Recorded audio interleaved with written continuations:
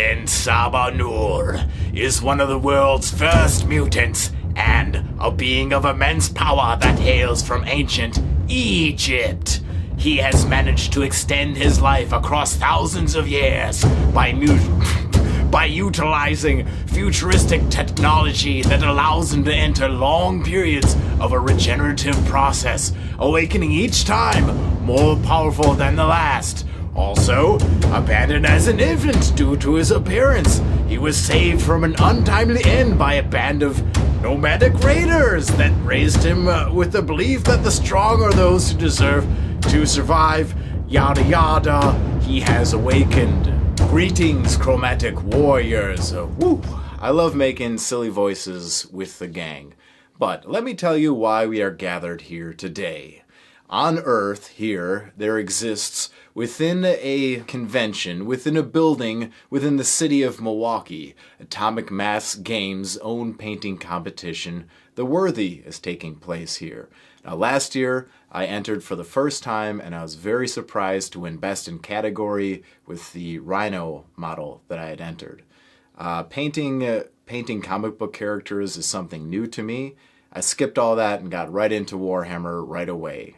No superheroes for me, it was all Gazgul. But I found working on a comic book character to be enjoyable because it comes with certain limitations. In the same way that I feel a historical figure has a certain expectation on it, these comic book characters do as well. Like, you're not going to see a purple tank driving around in World War II. You're not going to see a blue version of Spider-Man's nemesis, Carnage. But I enjoy working within these limitations, right? This is Apocalypse has a very set color choice, but there's still flexibility within that. And like I said, I don't care about superheroes very much. I think Wolverine has cool hair. I picked Apocalypse after running around through the range and trying to find something that would fit. I almost painted Omega Red. Again, I think the hair is a motivating factor for me. But I remember Apocalypse from the cartoon and my days on PlayStation 1 playing Marvel Superheroes vs. Street Fighter. Good game. Atomic Mass also produces a complimentary scenery kit for Apocalypse, so that made my choices a little more easy. Having this indication of the setting Apocalypse should be placed in, it gave me some ideas to sculpt the surrounding area. I would choose to have these two large pillars rising up from piles of rubble. Also have the characters set upon a gentle half-circle stage, and all with the Sphinx just chilling out in the background. The composition is very simple, but effective. I feel like this setup matches Apocalypse's imposing character and also complements the sculpt nicely. When I analyze this, and my options for painting after feeding my mind with images of Apocalypse and Egypt, I saw the opportunity for some meaningful environmental non-metallic metal. The way he's framed in the yellow gave me a clear diagram of exactly how far the colors of the stone would reach. There would be a radius under which the metals would be completely affected, and a radius under which the effects would show only on the hard edges. Do you want to show only your hard edges? Join the Legion linked below, and be sure to like and subscribe for further updates from Zone Command. I think it's best explained doing the over-the-desk view with the two hands talking as I paint. Let's have a closer look. The first order of business is going to be finding my light map. Basically where all of these channels of light may fall, the highlights and the shadows of all of the non-metallic metals. You can see I've already started to experiment with some of the environmental tones. But first, just going over with a very simple combination of black and gray castle, whichever value is already in place from my wet blending and gradual layering, and just picking things back out, trying to match that. You can see I have a lot of sharpening to do. Each one of these cables has a small square inside of it.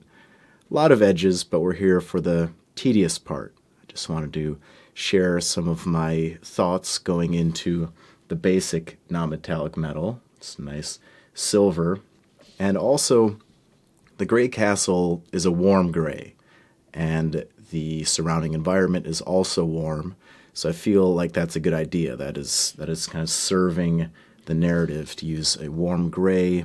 So already, as I start to build some of these warmer influences from the environmental tones around it, there's already an amount of warmth being carried within the metals. Okay, beginning to get some of the shimmers locked in place. I haven't gone to my absolute brightest, but you can see things are mapped out nicely. He's looking shiny with those mids and shadow tones. So now I'm taking a very, very diluted pass of sunburst ochre, and I'm just sweeping that over the midtones. You can see me sweeping from one side and then back to the other.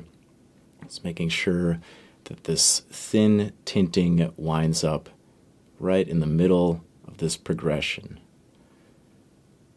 The whole idea here is to be working with the transparency.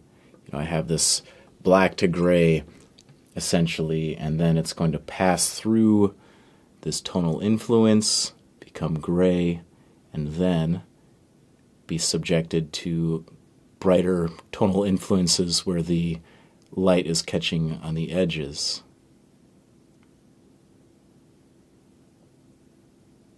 Remember to work very gradually. The thinness, the dilution is definitely working to my advantage, but you can see it's going to cover that dark area if I paint over that. So precision is key.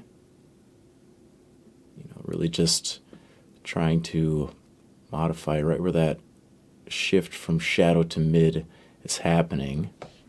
And then facing dependent, if it's pointed right at one of the columns, I'll mix a little bit more of that sunburst ochre in with black and repeat these shaded areas.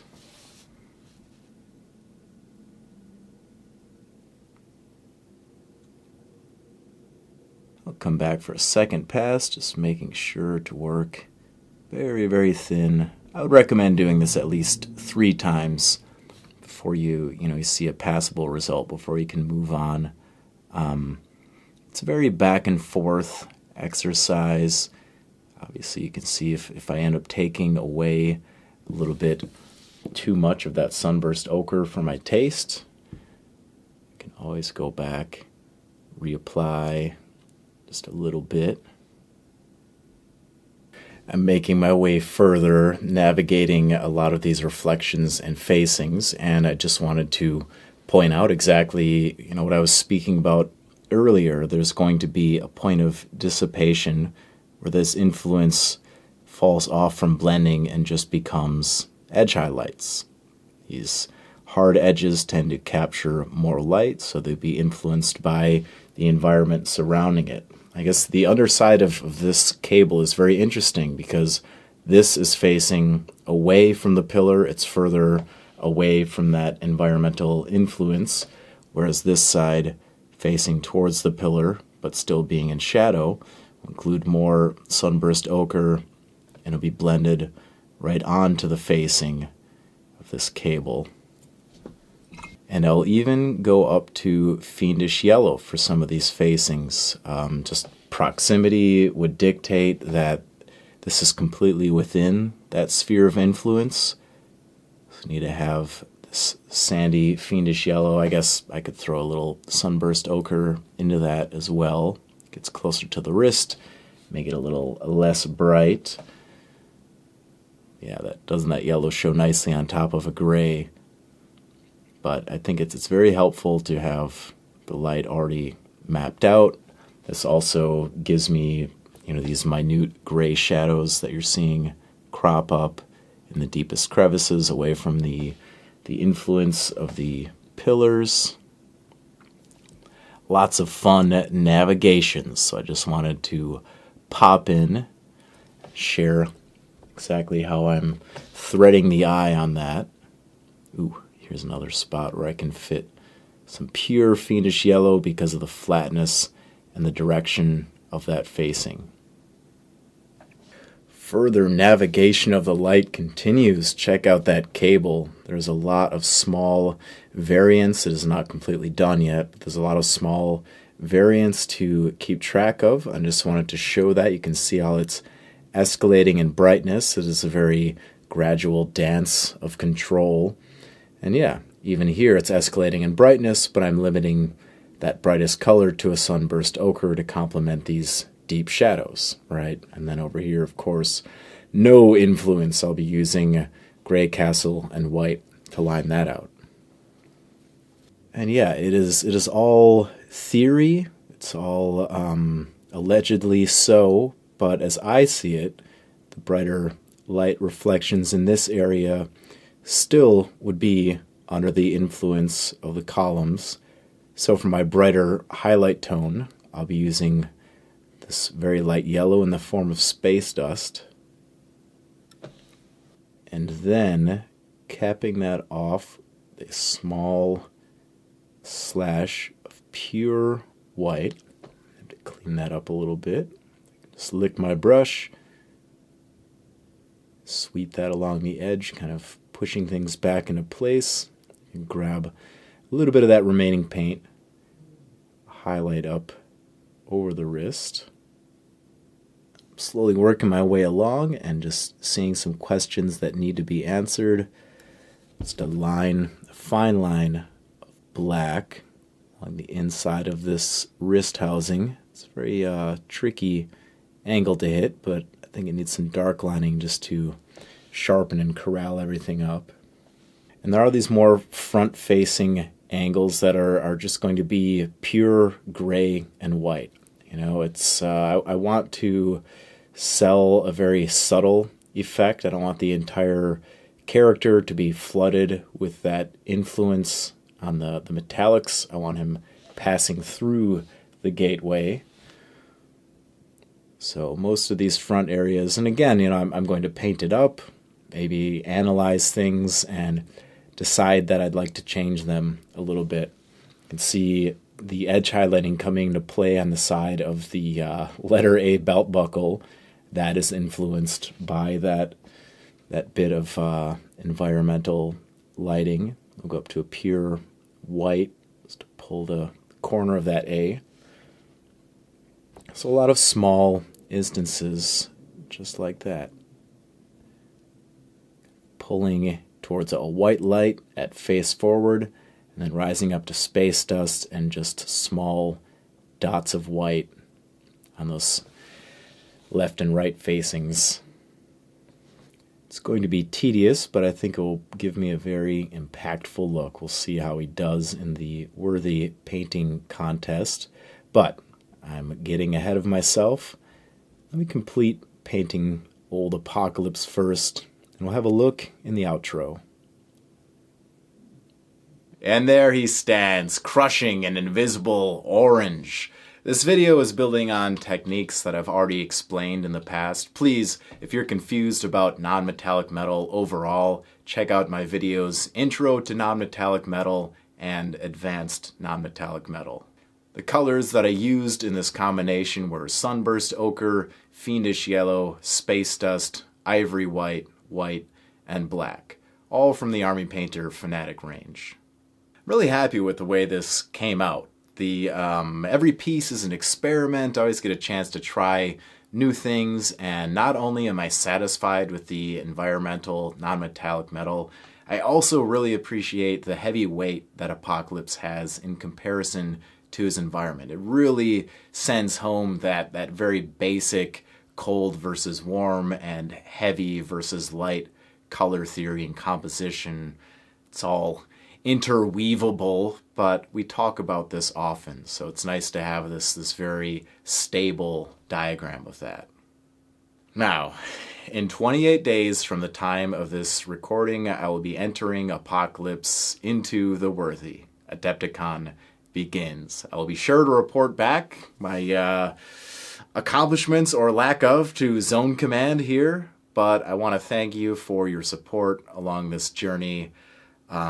It was meaningful last year, and recording that process of Rhino, documenting it here on Patreon, and now going back to do that a second time I don't know, it just feels like I'm building something, so I really appreciate you all coming along for the ride on that one.